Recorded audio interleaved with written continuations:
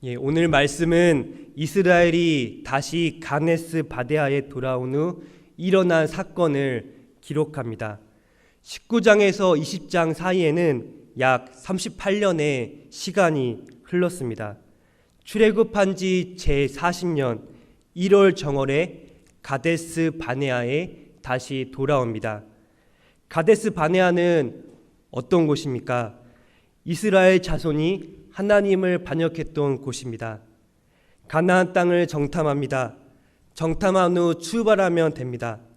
그런데 부정적인 보고를 듣고 이스라엘은 새 지도자를 뽑아 애굽으로 돌아가자 하며 하나님께 반역합니다. 하나님은 여호수아와 갈렙을 제외하고 출애굽 1세대는 가나안에 들어가지 못하고 광야에서 모두 죽을 것이라 말씀했습니다. 그래서 이스라엘은 38년 동안 광야에서 방황을 합니다. 광야에서 출애굽 1세대는 거의 대부분 자연사하거나 돌연사하여 생을 마감합니다. 그리고 그들은 38년의 긴 광야 생활을 마치고 가데스 바네아에 다시 돌아옵니다. 가데스 바네아에 다시 온 목적은 분명했습니다. 가나안을 향해 재출발하기 위해서였습니다. 20장 1절을 보면 백성이 친 광야에 도착했다고 기록합니다. 친 광야는 크고 무서운 두려운 광야라는 별명을 가졌죠. 친 광야의 위치는 가나안 남쪽 국경에 위치해 있었습니다. 친 광야를 지나면 곧바로 가나안 땅에 갈 수 있었습니다. 그런데 민수기 14장을 보면은 가데스 바네아가 바란 광야에 있다고 나옵니다. 친 광야, 바란 광야, 도대체 어느 곳이 가데스 바네아가 있던 지역일까요? 정답은 둘 다입니다. 친 광야, 바란 광야 경계선에 가데스 바네아가 있었습니다.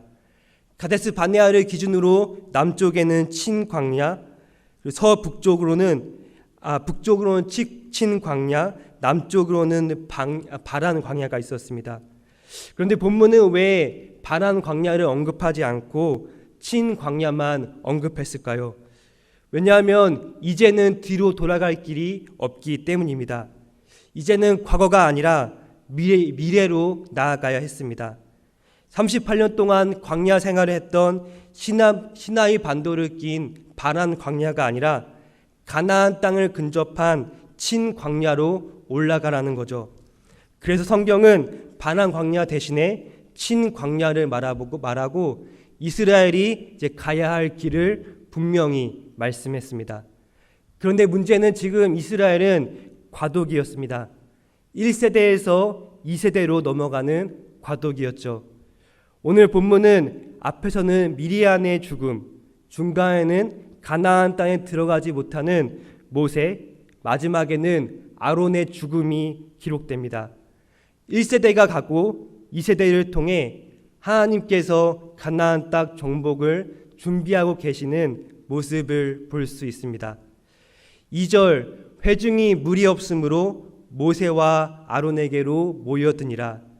지금 이스라엘 백성의 구성원을 보면 1세대에는 거의 대부분 죽고 2세대가 이제 이스라엘 중심이 되었습니다. 2세대가 38년 전 20세 이하였으니까 30세에서 58세 정도 되었습니다. 2세대가 이스라엘이 이끄는 핵심층이 되었습니다. 그런데 문제는 1세대 모습을 그대로 답습했다는 겁니다. 1세대가 광야에 나오자 모세 때문에 첫 번째로 원망합니까? 마라의 쓴물을 마시고 원망을 합니다.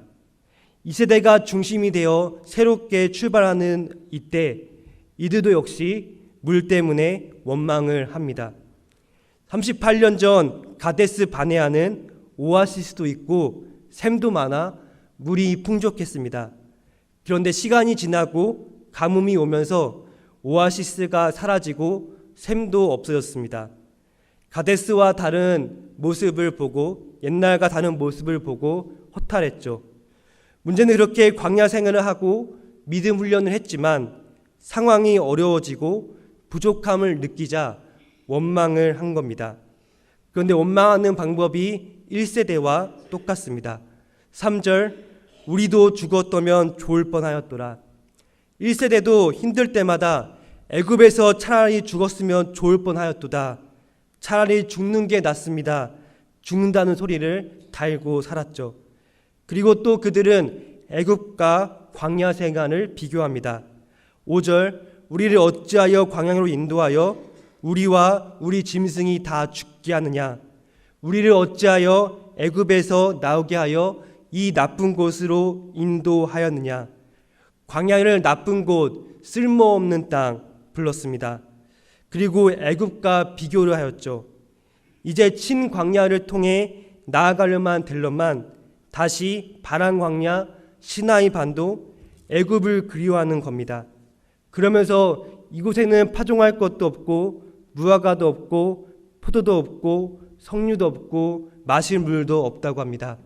민수기 11장 5절에 보면은 출애굽 1세대들이 애굽에 있었을 때는 값없이 생선과 오이와 참외와 부추와 파와 마늘을 먹었거늘 먹고 싶은 음식만 달랐지 1세대와 비교와 다를 바가 없었습니다. 그런데 정말 아쉬운 거는 비교의 내용이 달라지지 않았다는 겁니다. 애굽과 광야의 비교 내용은 먹고 사는 문제였습니다. 하나님이 비교의 내용이 되었더라면 애굽은 다시 가고 싶지 않은 곳, 광야는 너무 행복한 곳이 되는 겁니다. 무엇을 가지고 비교하느냐? 만약 이스라엘이 하나님을 기준으로 비교했다면 광야는 비록 척박했지만 그 어떤 것보다 안전하고 풍족한 것이었습니다. 왜 그렇습니까? 구름 기둥과 불 기둥으로 하나님이 지켜주셨습니다. 만나와 메추라기를 먹이십니다.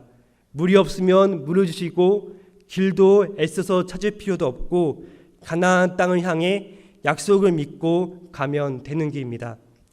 백성이 모세와 다투자 모세도 이번에는 가만히 있지 않았습니다.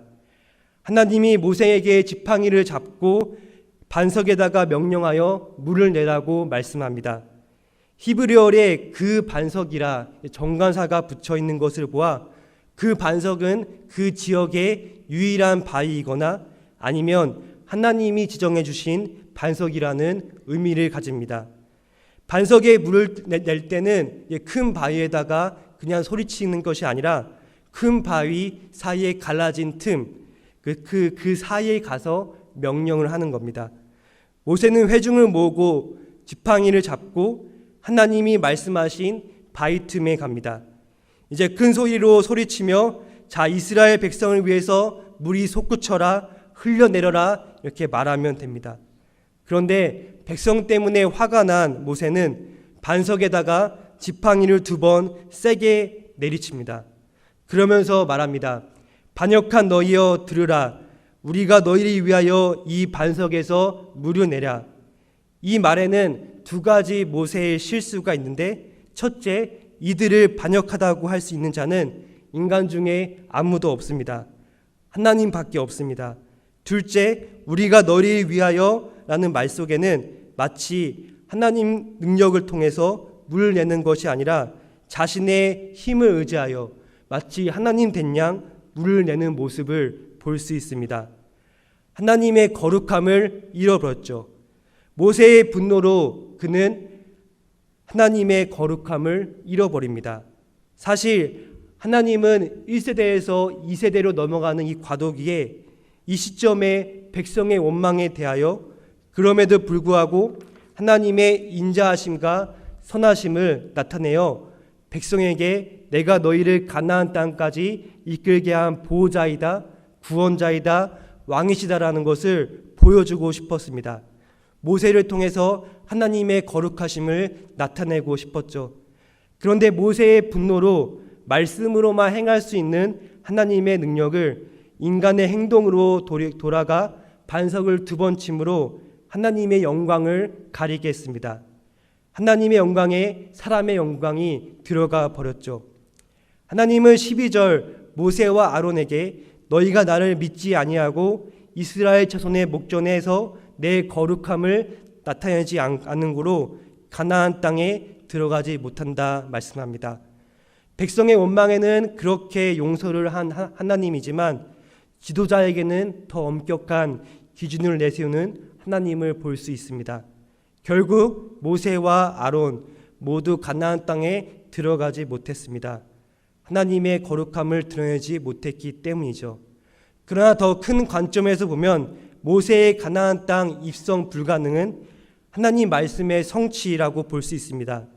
38년 전 민수기 14장 30절을 보면은 여분네의 아들 갈렙과 눈의 아들 여호수아를 제하고 결탄코 가나안 땅에 들어가지 못한다고 이미 약속을 했습니다. 이 말에는 모세와 아론도 포함이 된 거죠. 반석에서 물이 난 곳을 가리켜 무리바 물이라고 했습니다. 무리바는 지역 이름이 아니라 다투다는 뜻입니다. 이스라엘이 하나님과 다투었기 때문에 그 이름을 무리바 물이라고 했습니다. 14절부터 21절은 에돔 민족의 반대로 이스라엘이 가나안 진입에 어려움이 생긴 사건을 말합니다. 모세는 가나안 땅에 들어가지 못한다는 하나님 말씀을 들었지만 지도자로서 맡은 바 역할을 다합니다. 에돔 왕에게 사신을 보내며 가나안 땅에 우리가 갈 텐데 에돔에 있는 왕의 대로를 사용할 수 있도록 길을 열어달라고 정중하게 부탁합니다. 모세는 에돔을 형제라 부르며 어떠한 손상도 입히지 않겠다고 약속합니다. 17절 밭과 포도원을 지나가지 않는다는 건 땅에서 어떤 양식도 취하지 않는다는 말입니다. 에돔 왕은 이스라엘의 요청을 거절합니다. 에돔 왕이 요청을 거절한 이유는 여러 이유가 있습니다. 첫째, 이스라엘은 60만 명의 군사를 가진 큰 민족이었습니다. 백성까지 다 합하면 200만 명이었죠. 거대한 무리가 에돔 땅을 지나간다면 에돔 입장에서 군사적 위협이 될 수 있었습니다. 둘째, 에돔 땅은 해발 900에서 1200m로 산악지대였습니다. 그렇게 비옥한 땅이 아니었죠. 왕의 대로로 통과하면 농지가 파괴되고 식수가 고갈되고 가축이 피해를 봅니다. 경제적 손실이 어마어마했습니다. 셋째, 이스라엘과 에돔은 형제 관계였지만 창세기부터 이어진 야곱과 에서의 갈등이 오랜 민족의 감정의 골로 이어졌습니다. 그렇다면 왜 이스라엘은 가나안 땅을 가기 위해 왕의 대로만 가야만 했을까요? 왕의 대로는 성경의 시대에 가장 중요한 국제 교통로 중 하나였습니다. 이집트, 시나이, 에돔, 모압, 암몬, 다메섹까지 이어지는 고대 근동의 핵심 무역로의 하나였습니다. 평탄하고 우물이 많아 대규모 인구가 이동하기에 적합했습니다. 무엇보다 전쟁의 위협을 줄일 수가 있었죠. 에돔의 걱정을 한 모세는 19절 우리나 우리 짐승이 당신 물을 마신다면 그 값을 내겠습니다 합니다. 에돔과 충돌 의사가 없다는 것을 거듭 말했지만 왕은 에돔 진영에 군사 배치를 하면서 언제든 넘어오면 칼로 맞아 싸우겠다고 말씀합니다. 왕의 거절에 이스라엘은 전쟁을 해서라도 에돔 땅을 통과할 수 있었습니다. 그런데 전쟁을 하지 않고 호르산으로 갑니다. 왜 에돔 땅과 전쟁을 하지 않았습니까? 에돔은 에서의 후손이었습니다. 그리고 형제의 땅을 탐하거나 침벌치 말하는 하나님 명령이 있었습니다. 나중에 가나안 7 족속을 정복하기 위해서는 전쟁을 위해 힘을 비축해야 했습니다. 22절에서 29절은 아론의 죽음이 기록됩니다. 호르산에 정착한 이스라엘은 아론의 죽음을 보게 됩니다. 아론이 조상들에게 돌아간다는 말은 하나님께로 돌아간다는 말입니다. 무리바 물 사건 때 아론 역시 모세처럼 혈기에 찬 행동에 동조했기에 출애굽 1세대와 마찬가지로 가나안 땅에 들어가지 못했습니다. 아론의 대제사장 옷을 엘리아살에게 입히고 엘리아살은 아론 다음에 대제사장이 되었습니다. 그 당시 이스라엘에서 애도 기간은 보통 7일이었습니다. 아론을 위해서 30일을 애곡했다는 시간을 가졌다는 것은 고라의 반역 사건으로 갈등도 있었지만 아론이 종교적 지도자로 얼마나 사랑을 많이 받았는지 알 수 있습니다. 말씀을 정리합니다. 오늘 말씀은 가데스 바네아에서 1세대와 2세대가 넘어가는 가독의 시점에서 다시 가나안을 출발하기 위한 내용들이 나옵니다. 그 과정 속에서 미리암의 죽음, 모세의 가나안 땅 불입성, 아론의 죽음이 나오죠. 이스라엘을 대표적으로 이끌었던 아론과 미리암의 죽음, 그리고 모세의 가나안 땅 불입성은 이스라엘에게 있어서 대형 악재였습니다. 그러나 가나안 땅을 향한 하나님의 약속은 멈추지 않았습니다. 하나님의 계획과 일하심도 멈추지 않았죠. 하나님은 출애굽 2세대를 준비시키고 계셨고 여호수아와 갈렙, 엘라사를 준비시켜 약속의 땅 가나안 땅을 정복하고 계획을 합니다. 우리가 잊지 말아야 할 것은 하나님은 오늘도 쉬지 않고 일하고 계신다는 겁니다. 하나님이 한번 말씀하시면 세상이 흔들리고 바다가 움직입니다. 하나님이 일을 이루실 때 우리의 노력과 열심도 필요하지만 사실 하나님은 우리의 힘과 노력을 넘어서 얼마큼 하나님 말씀과 같이 하며 순종하는가, 순종을 더 기뻐하십니다. 오늘도 하나님이 허락한 시간 속에서 얼마나 거룩함을 나타내는 하나님의 백성으로 사는가, 그것이 더 중요한지 봅니다. 모세는 말씀으로 반석에 명하라는 명령을 받았지만 자신의 감정과 분노에 앞서 지팡이를 2번 칩니다. 하나님은 말씀만으로 반석에서 물을 내시는 분입니다. 말씀에 우리의 힘을 더하는 것이 아니라 말씀에 순종하는 사람이 필요합니다. 모세의 불순종을 했지만 불순종 후 모세의 행동을 봅니다. 모세는 하나님이 나를 위해 존재하는 것이 아니라 내가 하나님을 위해 존재한다는 사실을 알았습니다. 그래서 자신의 사명이 끝나는 거에 아쉬워하지 않고 남은 사명 끝까지 하나님을 위해 순종하며 살아갑니다. 바라기는 오늘도 하나님이 이 지역에 이 나라와 열방 가운데 자신의 일을 이루고 계십니다. 그리고 그 일에 동참할 순종의 사람을 찾고 계십니다. 하나님의 약속 위에 서서 내 감정과 내 힘대로 사는 것이 아니라 분노에 휩싸여 나의 시야에 갇혀 사는 것이 아니라 하나님이 주신 꿈에 사로잡혀 말씀에 순종하며 거룩한 성도로 살아가는 성도님들 되시기를 주님의 이름으로 축원합니다.